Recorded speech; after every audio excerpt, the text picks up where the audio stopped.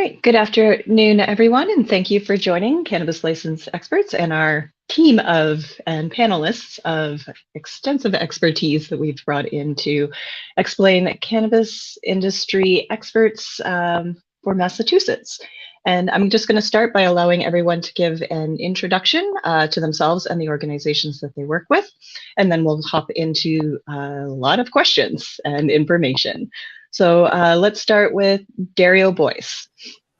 Good afternoon, everyone. My name is Dario Boyce. I am a project manager and designer at Anderson Porter Design, an architecture firm based out of Cambridge, Mass. We've been in the cannabis space for at least the last 10 years.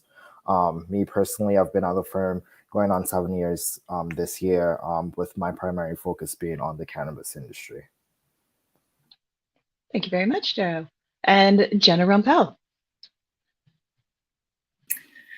Hello, thanks, Marie. I am Jenna Rumpel. I am a licensing and regulatory specialist working with CLE.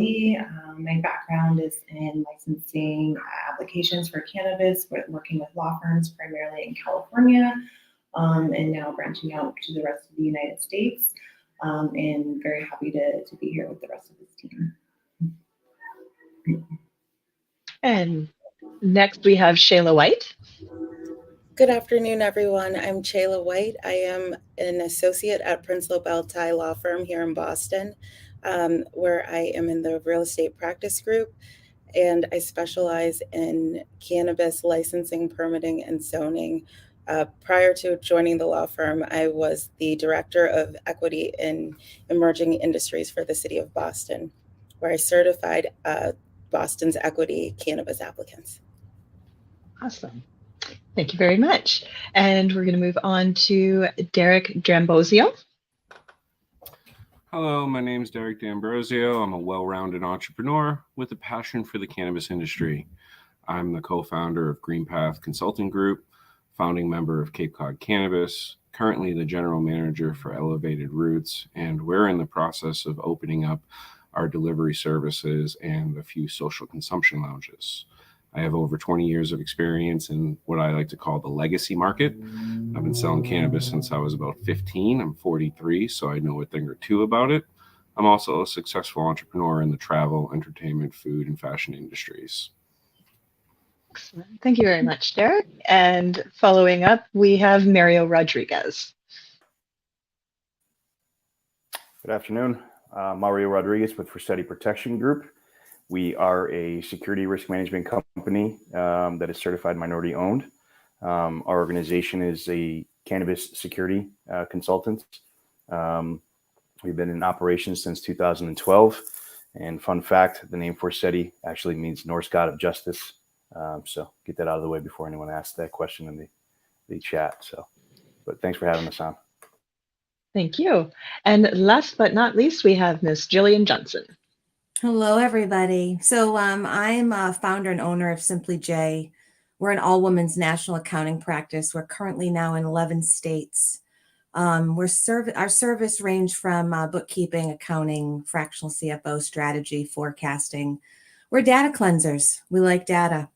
Our mission is to inspire and empower and educate on the value of money. We're very blessed. We've been servicing the cannabis industry now since 2018. We started in CBD. And again, we're synonymous with cleaning and presenting financial data and analysis. Huge challenges with bookkeeping and accounting in the cannabis industry, like every other service, and we don't shy away from those complexities. So I'm very blessed. Thanks for having me. Thank you for joining us. Okay, so we're going to jump right into it. I'm going to start with Jenna. Can you provide an overview of the latest updates, highlights that the industry, new legislation, and what we're looking forward to seeing when it comes to social consumption? Yeah, absolutely. So the CCC just hit its 5-year anniversary as of last year and hit a major milestone last month in terms of hitting the 4 billion mark in gross sales for adult use products. So and that is a significant jump from the middle of last summer as well. So they have some some good changes going on there. New legislation has been introduced that it aims to make the industry as a whole more equitable by establishing an equity fund that licensees can contribute to as part of their positive impact plans, and for local municipalities to prioritize equity applicants as well. We are looking forward to social consumption lounges, which is going to be exciting, I think, for this year. The pre-certifications for those are, already available, and no licenses issued yet, but they are reserved for now for equity applicants, and we're looking forward to seeing those to open up hopefully this year. Of course, there's going to be challenges going forward, but I think the outlook is going to be pretty positive in Massachusetts. Excellent. Thank you very much, Jenna. Now, Shayla, can you give me a bit of an overview, or give the group a bit of an overview on the municipal and state licensing process, just so people know what they're getting themselves into at this point? Absolutely. So on the local level, you definitely want to figure out your siting and the siting requirements of your municipality. Every municipality is a little bit different, but there are usually zoning ordinances that will dictate where a cannabis establishment can and cannot be located. So that would be your first step. Once you do that and assemble your team, you're going to go for your HCA, which is a host community agreement, which lists the terms in which you're allowed to operate with the municipality. From there, you'll then go to the state level and file your state application, go through the CCC, Cannabis Control Commission process for licensing, where there's a background check and a lot of other hurdles that you got to cross before you get your provisional license and then your final license. During the provisional licensure process, you're able to get your building permits and do your build out, which I'm sure Dario will talk about a little bit later on, so I don't want to get ahead of myself. But the first step is really your siting. That is something that I definitely have seen applicants mess up a little bit on, and they get the idea of this property is perfect for them. This is their ideal location. And then unfortunately, sometimes the zoning doesn't work out. So you definitely want to do your homework.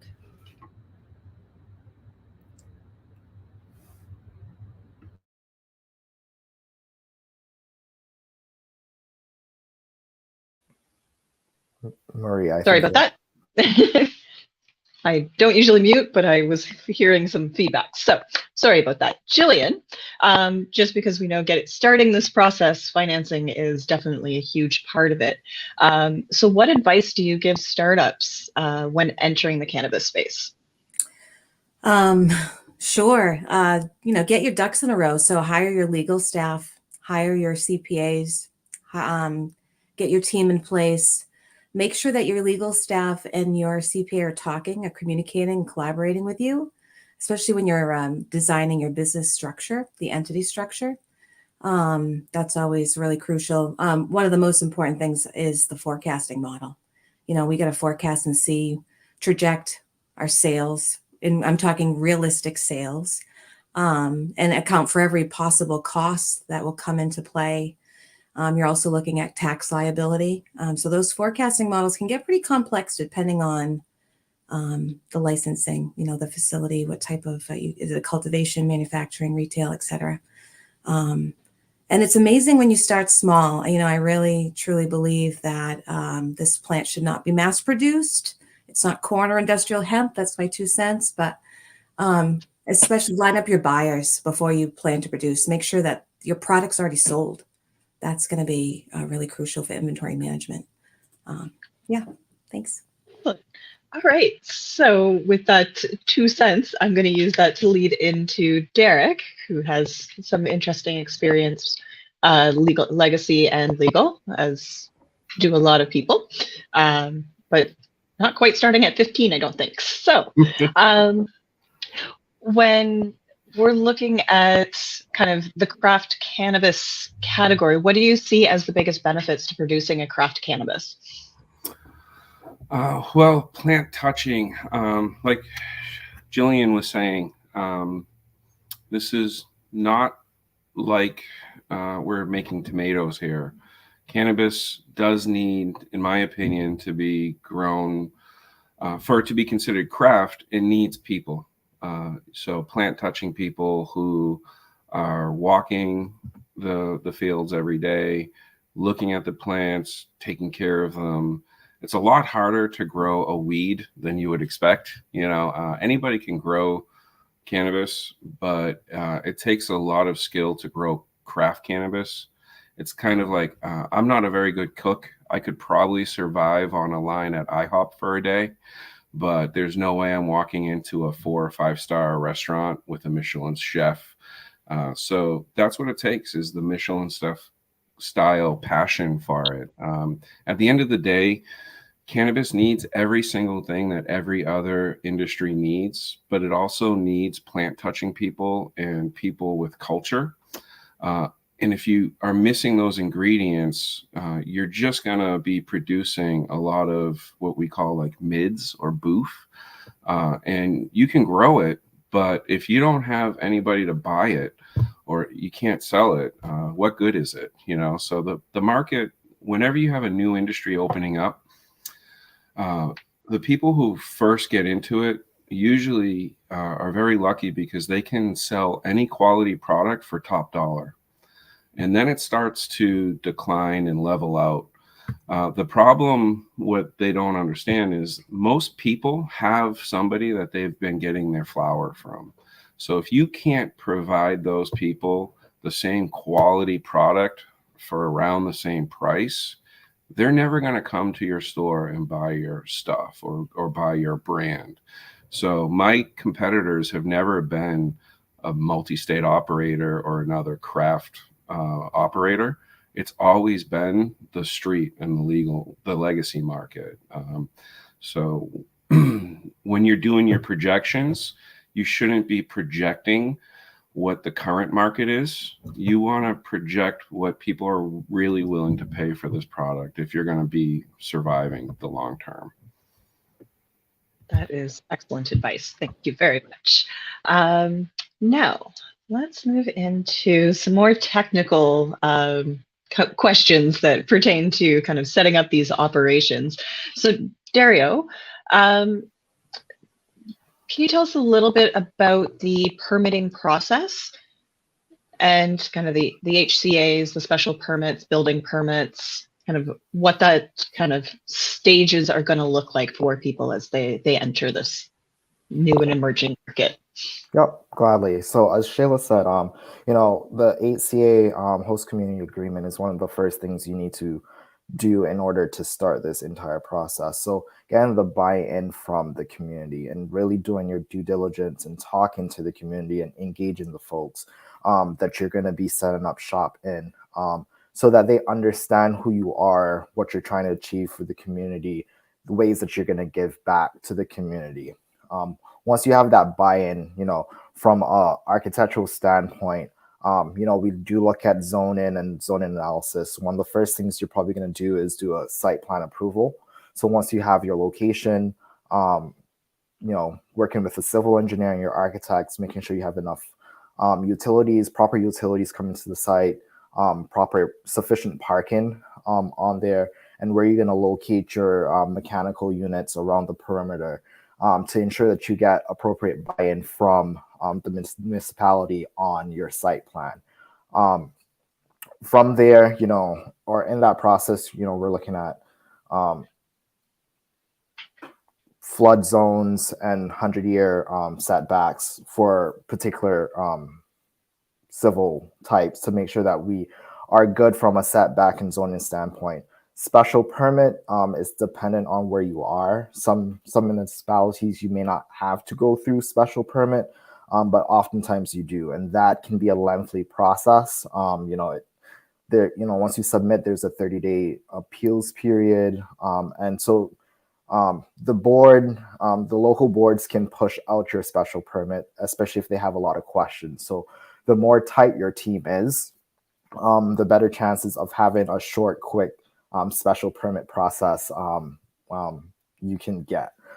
Once you get your special permit, then you can file for building permit and build out your facility. So from a timeline, from a permitting standpoint, as short as 30 days on a good timeline for special permit. But we've seen, I've seen personally 6 months. Some folks have gone through a year to get special permit. Building permit is usually a 45 day period once you get past special permit. Okay, perfect. And Shayla, I'm going to come back to you on this one because we're hearing about the importance of business planning, having a strong team. Can you tell me what you've seen as a common mistake amongst applicants, be it equity or non-equity applicants throughout the process? Absolutely. As Dario just said, you really do have to assemble your team. Everyone has a role. Everyone on this panel represents a discipline that is an integral part of your team if you want a successful business and if you really want to get your license. So assembling your team is absolutely the best thing you can do.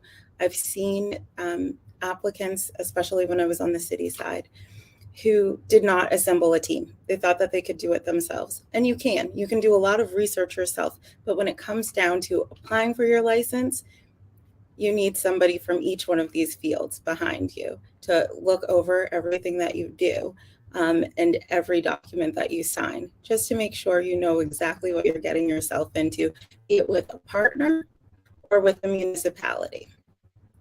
So that is one of the biggest issues I've seen. I've also seen partnerships really not form in the best ways, especially with equity applicants. There are some predatory practices in this industry, and I have seen equity applicants on the precipice of being taken advantage of. Luckily, we were able to step in and help them, but if you are in a position where you have a social equity designation for CCC, there are instances where people will come in, and it doesn't necessarily have to be a multi-state operator, but just somebody with a little bit more capital than you might have that can get you to the finish line a little bit quicker, and they will see the benefit of your license and the expedited process that you will receive as a social equity or economic empowerment applicant, and they will try to sway the terms so that they lean in their favor as opposed to yours. So I definitely would recommend that anyone, equity or non-equity, when entering a partnership, please get a lawyer. Have them look over the terms of any agreement, operating agreement, anything that you will sign, because you want to make sure that your interests are preserved and protected. Thank you. That is amazing advice as someone who's also watched that happen to, or come close to happening to many new startups. Having people behind you that you can trust is amazing. And in a previous life, I was a hairstylist, and I had a boss who said you cannot be perfect at everything, but you can be darn near perfect at one thing. So work with people who perfect what they do so that you have a team of perfectionists so you can have a perfect business. So absolutely. Thank you for reiterating that to everyone.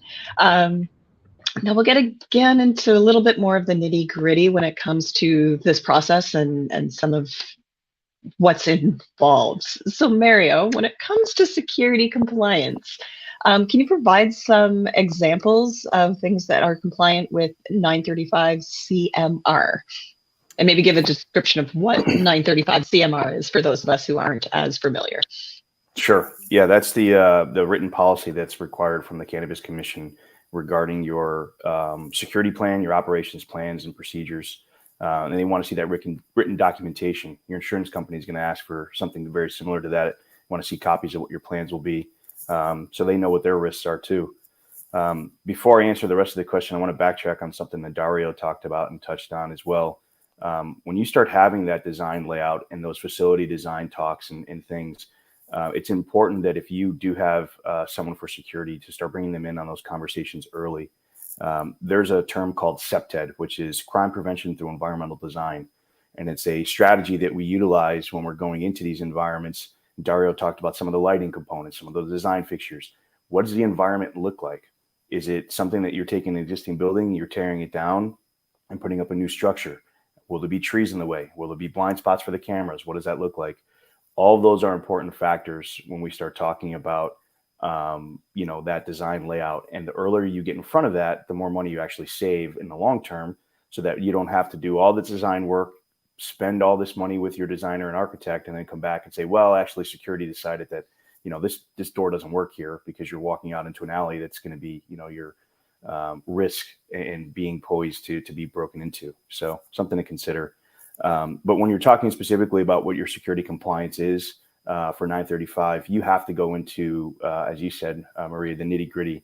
You really have to document all these aspects. You should be able to show through your plan what your access control is going to look like, specifically how you're actually engaging and giving out those credentials, even termination. So the hiring process, the written component, the termination process, how do you get those cards back? If you don't get them back, how are you changing them and who's changing them? Who has access to the vault? Are you using safe money drops and smart safes at your site and location? Who has access to the cash handling? All of those key factors are important for 935 to document and articulate to the commission, and then also and then it's also one thing, if you have it written, you also have to follow that now. It's one thing that just to have the paperwork and out there and play, but it's a real live document, and you have to understand that. When we were kind of prepping for today, Derek had talked about something where it's like, well, just because you did something 6 months ago or you open your doors doesn't mean that, you're good to go 6 months from now. It's the same thing. Same kind of environment for security. Your risks change, your environment changes. Walk down the street right now and you didn't have a Starbucks maybe down at the corner, 6 months ago or a year ago, right? So that environment changes drastically. And so you have to understand what those risks are involved. Your compliance should be written to that standard. And you should have a security company working with you that's going to have that understanding and really help you protect your assets and your investment and what you're doing. Excellent. Thank you very much. And I'm going to use that to lead into Dario. Can you tell us a little bit about what you've seen being approved in terms of vault construction by the CCC? Yeah, sure. So I've seen anything from wire cages inside of a room that has been approved, from going the whole 9 yards and getting a concrete vault that is from a federal regulation standpoint, concrete walls and ceilings. I've seen it shift from client to client and what the CCC approves. There's no set standard for what vault construction is. I think, it goes hand in hand with the budget of each client and how much they want to have to spend for construction and what that allows. So we've seen across the board varying different types of vault being approved from the CCC. What it looks like when it should go federal, we don't know. It's probably going to be the federal regulations, but for the industry right now, I think that might be a little bit overkill. I've seen some clients do that, but it's a conversation to have with your security vendor. Your insurance company may also have a key say in what type of vault they're going to insure, because we're trying to protect the product. So if you have a line of insurance on your facility and on your product, some insurance company may dictate what vault construction you may have to follow. So it all depends. Yeah, and to just piggyback off of that, it's important to understand that you want to have those burglary resistance. So those UL levels and those tested modulars, whether it's class M, class 1, even for, those different levels of classes, it's important because the investment goes up substantially as you change those numbers, right? And what you're trying to protect.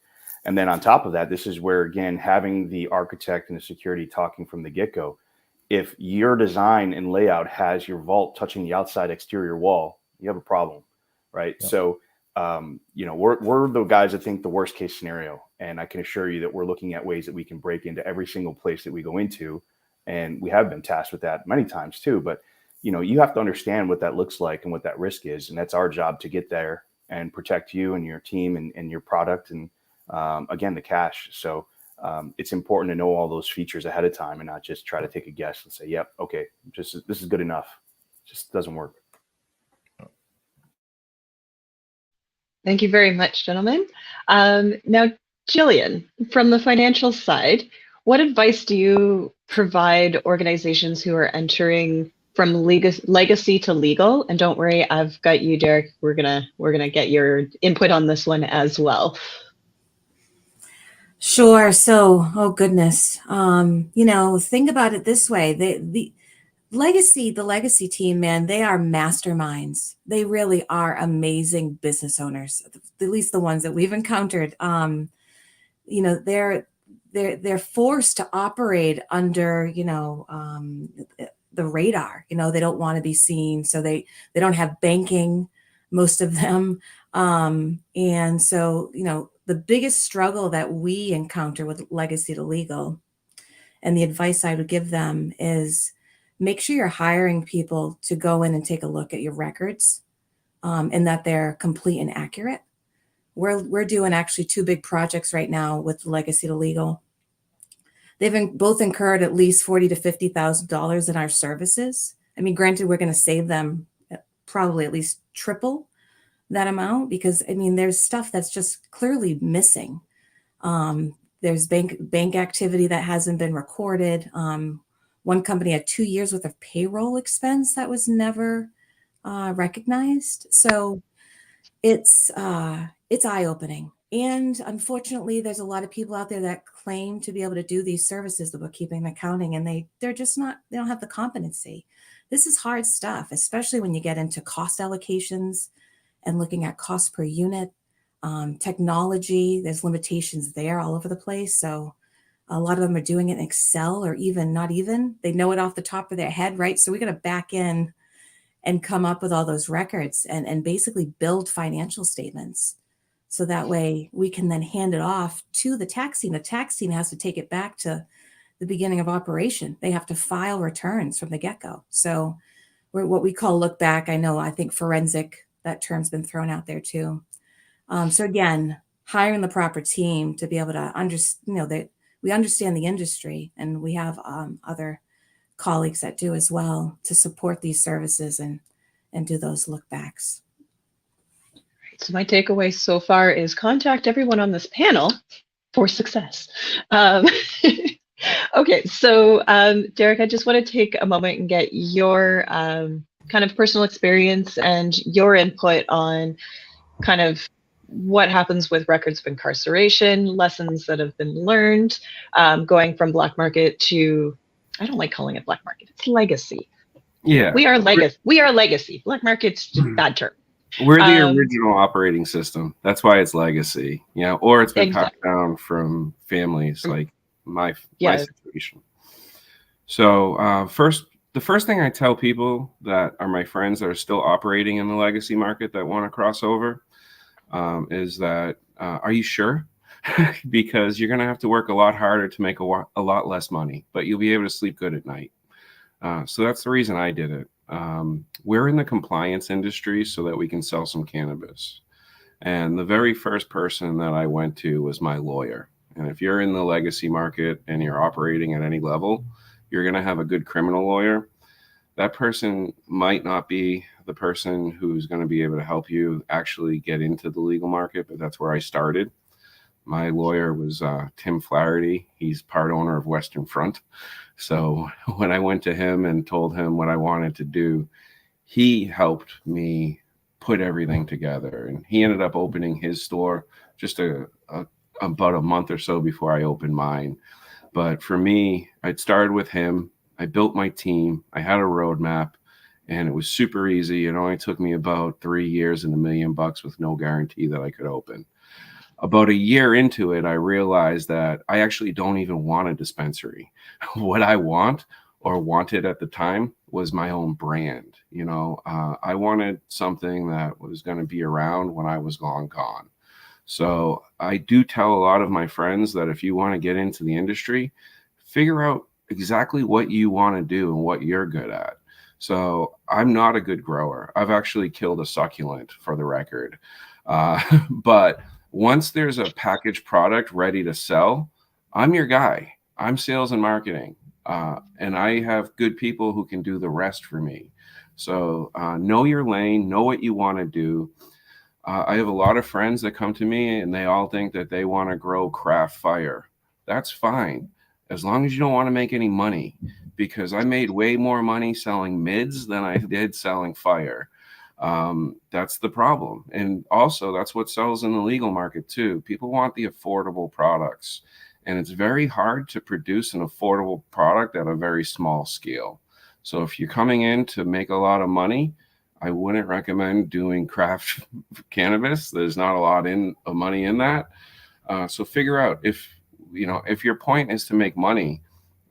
I could probably tell you 8 other things outside of the cannabis industry that you can make a lot of money at for a lot less stress, especially if you see what's going on in the current mass market.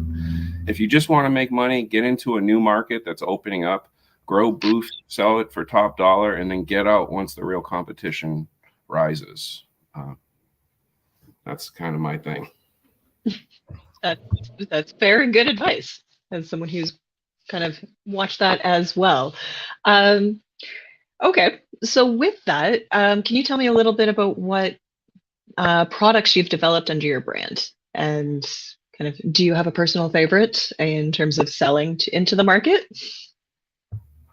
So I'm kind of a unique entrepreneur where I work with a lot of different people, and I don't really want to get into who my favorites are or what. And also, when it comes down to products, we're all different, right? So what I like, my girlfriend, she doesn't like spicy food, but I like spicy food. So it really makes no difference what I like.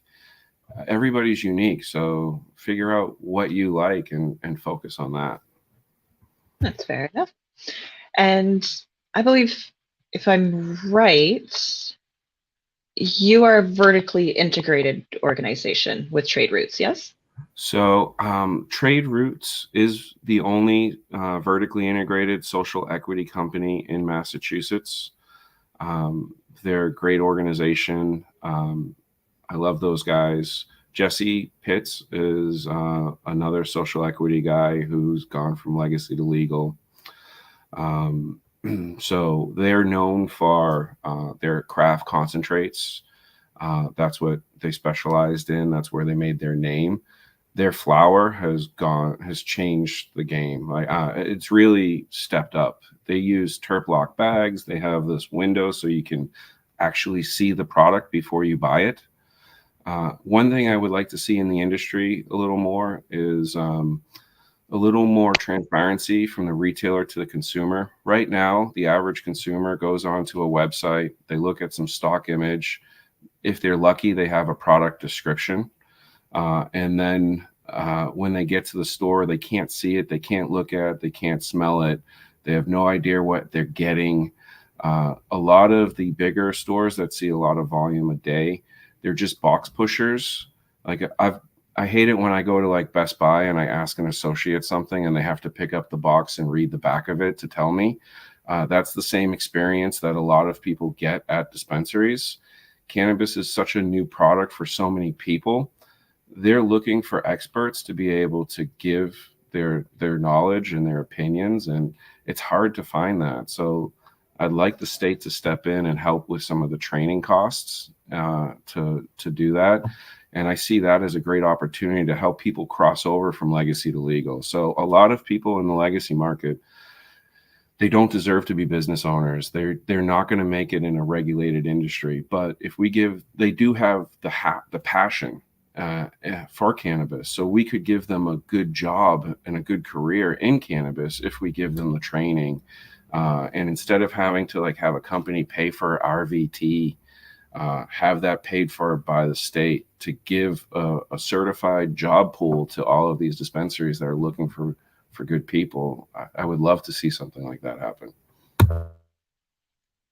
I fully agree. And one thing that I've found super helpful when it comes to people kind of learning sales processes is not forgetting where we came from. Whether it was legacy or another job, we've all built skills that can carry into and help make our new operations super successful. Like, we can't forget the skills we've learned everywhere else in the world, and the skills that other people have that kind of get overlooked. Customer experience is definitely one that I see, people are like, oh, that's a minimum wage job. Do you know what kind of skills it takes to sell cannabis effectively?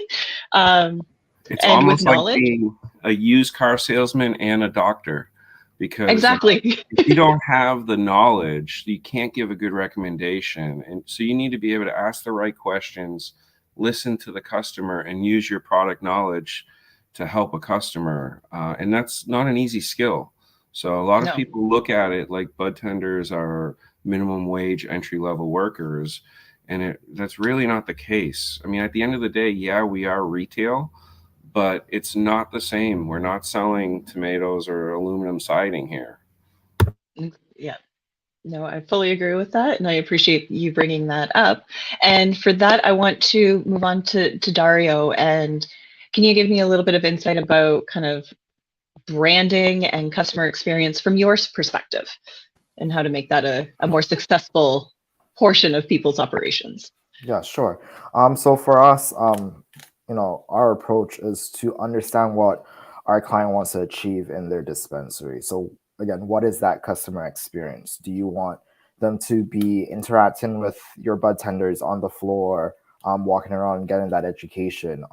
Do you just want, that experience along with express, returning customers know what they want, how do we make their experience as short as possible because they just want to be in and out. So we listen to what our clients want to achieve, and get that written down to understand how we're going to lay out the space.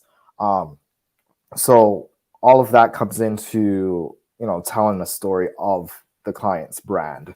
As they walk through, as a customer walks through the dispensary. So understanding holistically what the client is trying to achieve, what their overall brand is, the reason why they got into the industry, understanding their why.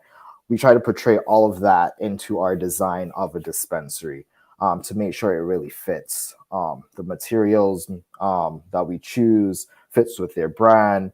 And then understanding that whatever our overall layout is, there is that security factor and other pieces that we have to layer in. So, we don't necessarily want to be too extravagant that it's going to make your security system cost a lot more. So we try to be as simple as possible. So that's how we look at customer experience and brand. Because it's retail, branding refresh every couple of years is useful to do. As time goes on, the brand evolves, and you may want to tell a different story 5 years down the line than what you did when you first started out. So just be cognizant of what your brand is, what it might look like in 5 years, and what you're going to do to refresh your brand in the store. So, plan for improvements in your line items, set aside money to do that refresh because, some finishes may be outdated. You may want to change colors or change a wallpaper here, there, and what's not. So just be mindful of that as you go through your business plan. Plan for those renovations and those improvements as your company grows. Okay. And Shayla, from your perspective, what supports, if any, are there for, say, our equity applicants who are taking into consideration that longer term kind of brand development and experience? Well, I think for designated equity applicants, there are definitely programs and opportunities available to them that can help with that, and with branding, with protecting their brand, which is actually an interesting caveat, because you cannot, because cannabis is federally illegal, you can't necessarily trademark or like a product, but you can trademark your merchandise. So that is something that, entrepreneurs can look into as far as branding is concerned. Of course, you'll need a very knowledgeable legal team to help you with that. But as far as equity applicants, I do think that the state has I know the state has programs that can help that, as well as different municipalities. The city of Boston has a wonderful equity program that does provide consultants and different services to their equity applicants. So I would encourage equity applicants just to look into what programs are available to them. Also, some of the larger cannabis companies are very helpful to equity applicants in that regard and can help with streamlining programming that will ensure their success. Awesome. Thank you very much. And I guess we've kind of avoided a lot of the dirty nitty gritty stuff that nobody really wants to get involved in. They just hire their consultant. So you do this for us. But let's go back to trying to think. Dario, I keep saying that incorrectly. I'm sorry. And Mario, the importance of SOPs when it comes to kind of both of your sides of kind of your lane within an operation when it comes to security and architectural design. Are there any kind of key pieces of advice that you think everyone should be aware of when starting to create their SOP programs? And we will start with Dario, and then Mario, if you can follow up with that as well from a security perspective. Yep.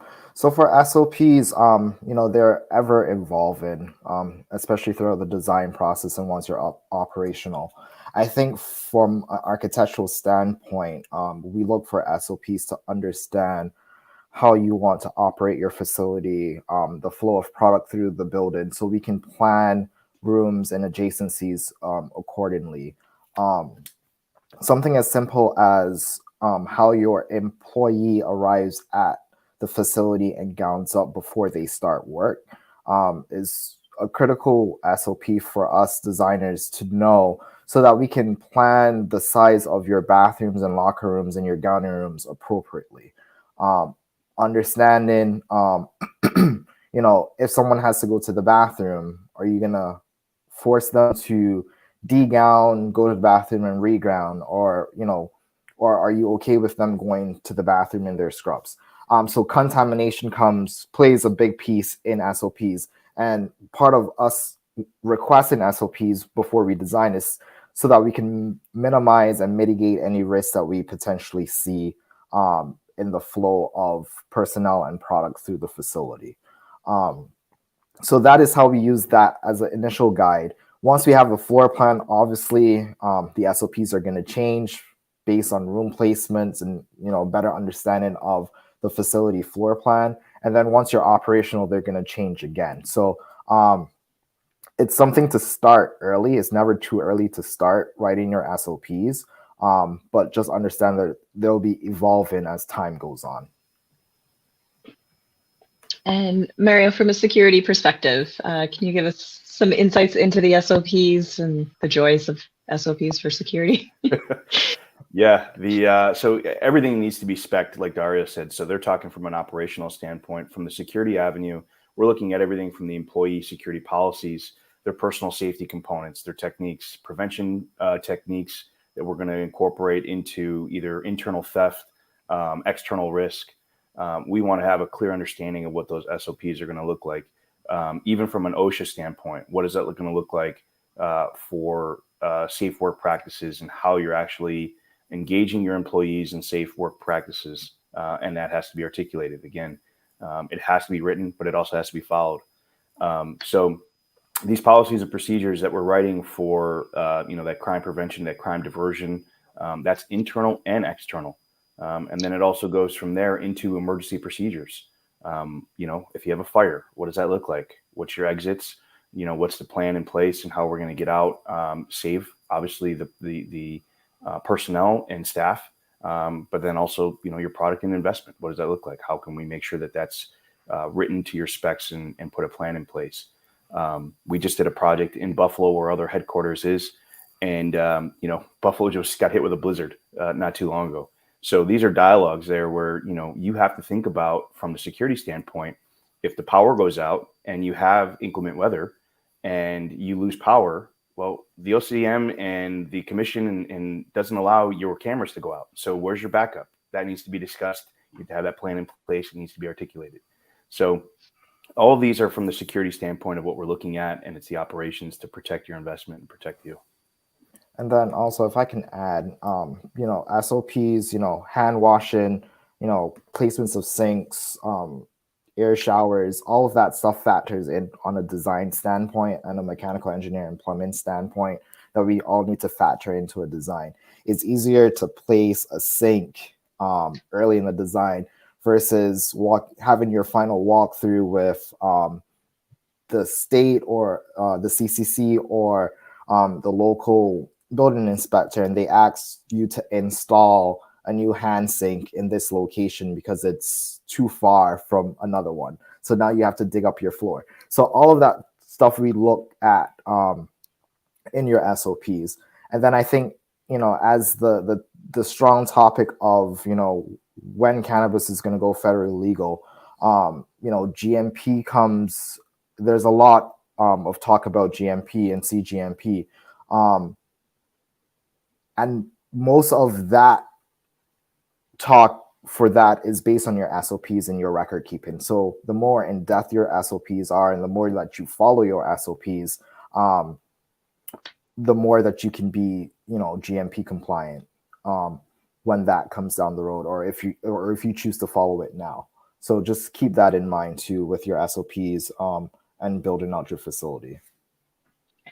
And Derek, as our kind of industry functioning and kind of been through this already a couple times, what is your key piece of advice pertaining to SOPs, development, monitoring them, that you maybe hadn't expected when you were kind of getting started in this operation? So I've done this multiple times now, and every single time I do it, I think Mike Tyson has the best quote for it. We all have a plan until we get punched in the face.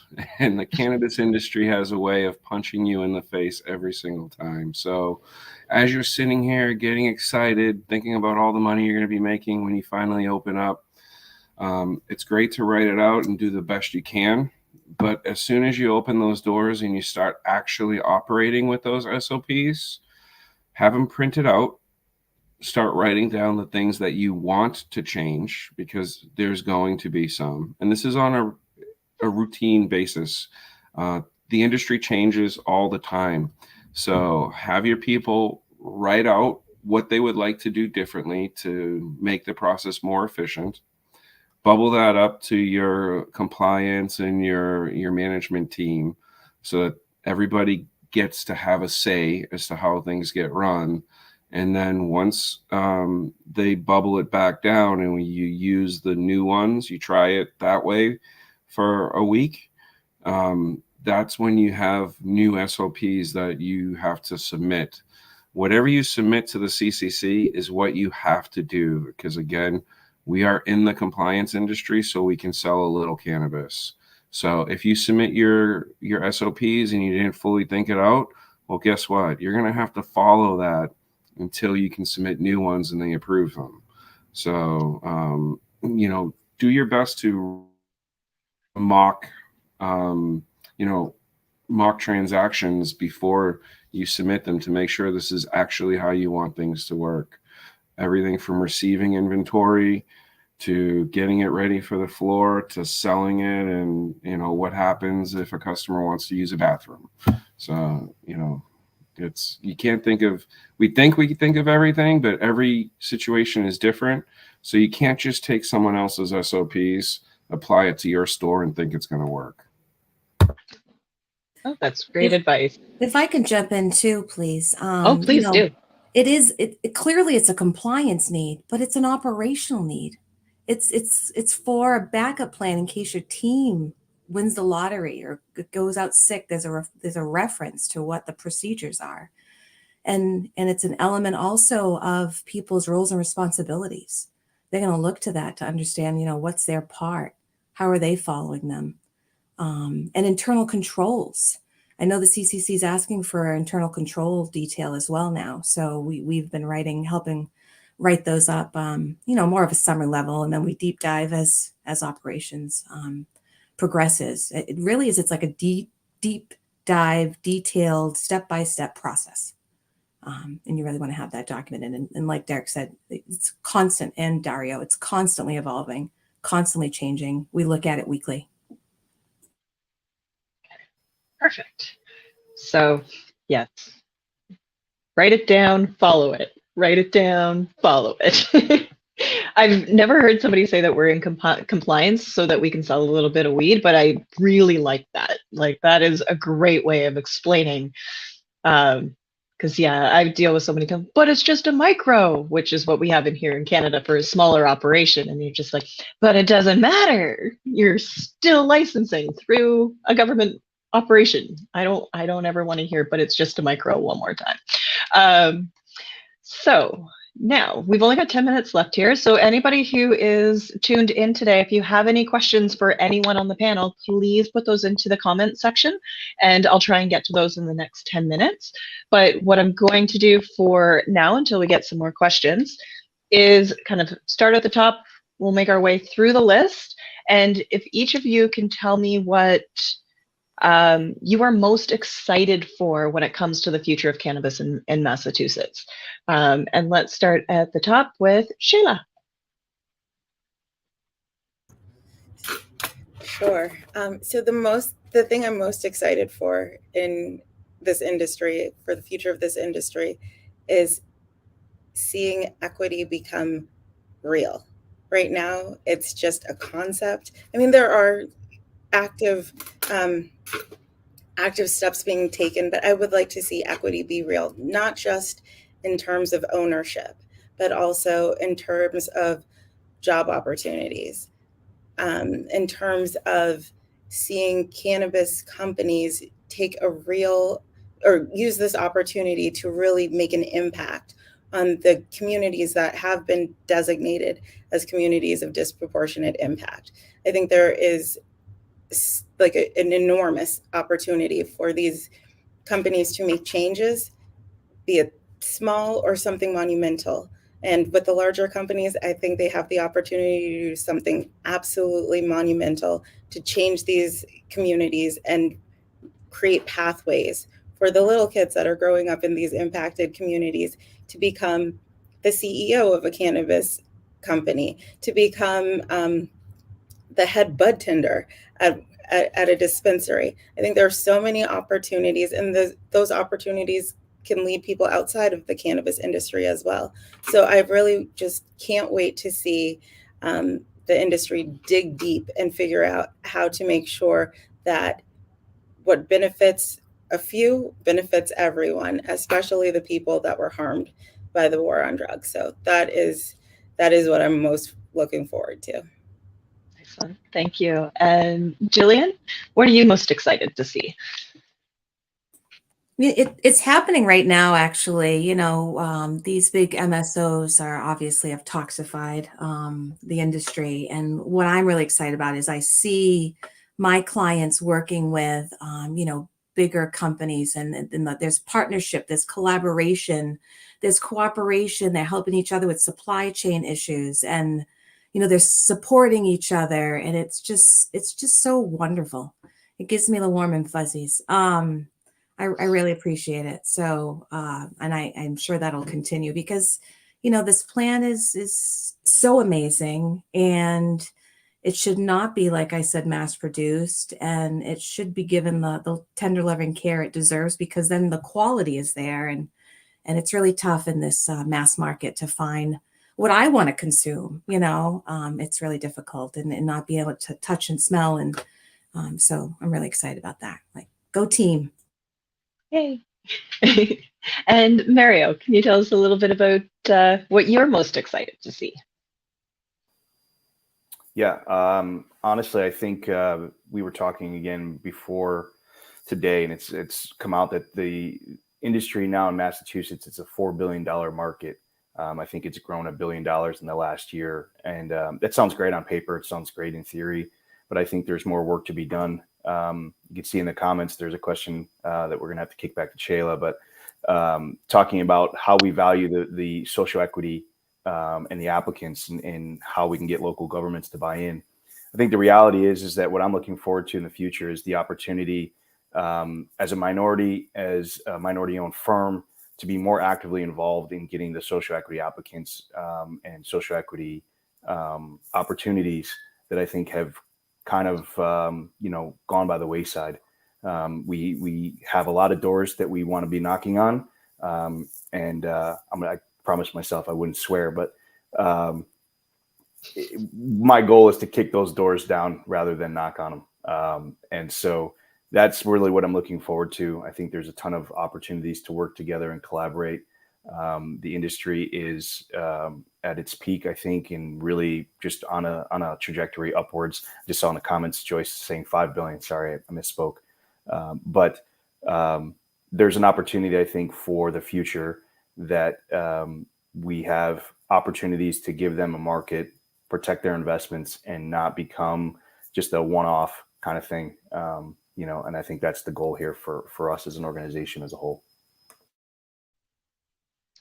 Thank you. And Dario, Yeah. what are you excited about? I think I echo a lot of Mario and Jilla's sentiments about social equity. There's something that I'm trying to achieve with the firm I'm working at of assisting more and more social equity applicants as I possibly can do with the support of my company, whether large or small. We're here to help, and I'm willing to use my experience that I've gained these last couple of years to really educate and give back to the community that has been underrepresented so much since the cannabis industry has become legal in Massachusetts. So that is what I'm looking forward to. And then also how social consumption is going to be rolled out in the state, and how social equity is going to play into that, and what that's going to look like. Thank you. The whole consumption thing just leads to a whole other world of businesses that can be supported, as well as potentially cannabis tourism becomes something as well. So I'm really excited to see that as well. It's something that's highly restricted here in Canada. So I'll be making lots of trips down. Now, Jenna, can you give me a little bit of insight into what you're most excited about? Yeah, absolutely. I always, anytime any state or jurisdiction does social consumption, I'm always excited and looking forward to see how that's going to roll out, from just designing to operations, what's going to be on offer, how it's regulated. It's an exciting concept. Just, it's a social hub for people to come together, consume together. I think it also helps to just expand general acceptance, to get more awareness for the industry as well as a whole. So I'm always excited to see those roll out. And I also want to second on top of Dario and Shayla. I think that social equity is a priority and a responsibility of the cannabis industry as a whole. And I would like to see, programs that not only work, but to see equity businesses thrive in the market. So there's, more work to be done, but I'd like to see that going forward in the state. Excellent. And Derek? So, I am a social equity applicant, and I'm happy that we have a program. But to be honest with you, it hasn't helped me much, and a lot of other people in my same situation. If we want to be honest, home delivery is a joke. The two driver rule and everything. You can't make any money doing it. They took something that nobody wanted, and they said, okay, we're going to let social equity people have this for a couple years. and think that that's going to cut it. And it's simply not enough. We need to change the regulations. We need, if you're really being serious, we need things to help people get into the industry, and the social equity programs and the things that we, it's not real. It doesn't have any meat on the bone. So I'd like to see some of the rules change on that. And I'm really looking forward to social consumption. We've sold now $5 billion worth of cannabis, but if you own your home, there's no place to legally smoke. I have a feeling that when we roll social consumption out here, they're not going to let us sell any flower in there. You're not going to be able to consume flower in the building. The rules that they're going to try to handcuff us on are going to basically handicap us. And it's not until the big guys get into the home delivery and the social equity, when they have the lobbyists, that they can pay the politicians to make the rules that will work for them. But until then, they're going to make it look like they're doing something for us, but in reality, they're not helping us.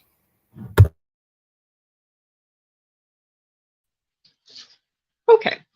So we've gotten a lot of different opinions. We're just coming up on an hour now. So Chayla, if you don't mind, can we squeeze in one more question that comes from Daniel Delaney here in the chat? And they were hoping to hear a little bit more about how to speak to municipalities about valuing that social equity. We do know that some communities are a little bit more restrictive, or resistant to this evolution than others. Do you have any advice on how to speak to them and engage them in these conversations for meaningful participation? I do. I think now we're 5 years into recreational legalization in Massachusetts. So I think a lot of municipalities are, not only municipalities, but residents are really resistant because they still have the images in their mind with these long, massive lines of consumers waiting for the dispensaries to open. And even though as time has progressed, we've seen that these lines are starting to dwindle. People aren't waiting, for cannabis. We've got, you can purchase it online and things like that. So I think some of it is just positioning what the industry actually looks like versus what they have in their imagination. But I also think that there is some grassroots lobbying that can be done amongst smaller entrepreneurs and cannabis enthusiasts. I think that it doesn't necessarily have to be, an MSO coming in and lobbying the state or the state for legislation that suits them. I think also smaller entities have an opportunity to sit down with regulators, sit down with their local representatives and politicians, and have a real conversation about what it is that they're trying to achieve. Having been on the regulatory side at for a municipality,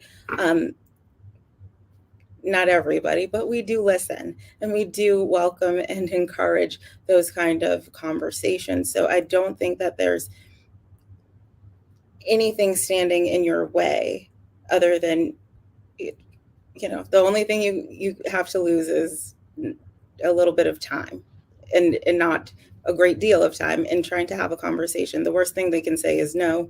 And we're already at no in some of these municipalities, but engaging the regulators, having a conversation and drawing a vivid picture for them so they can understand what it is you're trying to achieve, and not the stereotypical crazy cannabis world that everybody imagines. Okay, thank you very much. Marie, before we end, yes, can I pop absolutely. in on one more thing? I just wanted to say one other thing really quickly. Please do. With regards to the future too, there's another aspect that I think is kind of undervalued for the social equity component, or at least for the municipalities that are pushing back, and that's innovation. I think there's a strategy. You can't see the bottom of my T-shirt, but it has innovation over intimidation. We've coined this phrase, and that's our objective right now. I think there's an opportunity to use technology, use design layouts from the architects and the specs, and be so inclusive that it's not an intimidating factor into the neighborhoods and communities that we're all going to be in.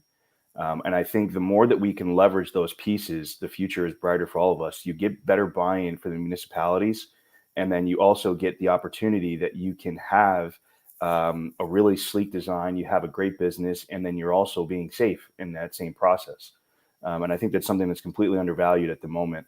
But I just wanted to just share that because I think that's something that is just kind of completely overlooked in the industry as a whole. It doesn't have to be this hard, design layout and, bars over the windows and all this other those days are long over. And you have the opportunity to do some really good stuff with, some strategies and innovation. So. Excellent.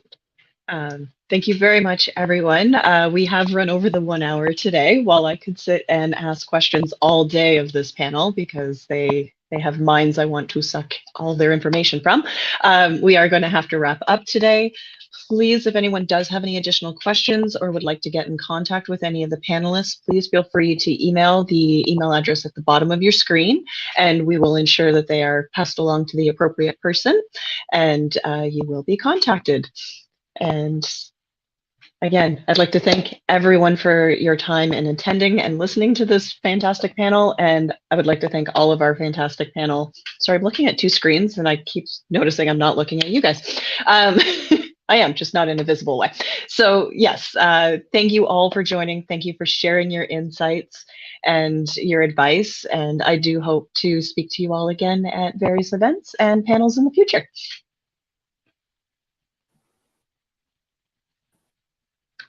Thank you, everyone.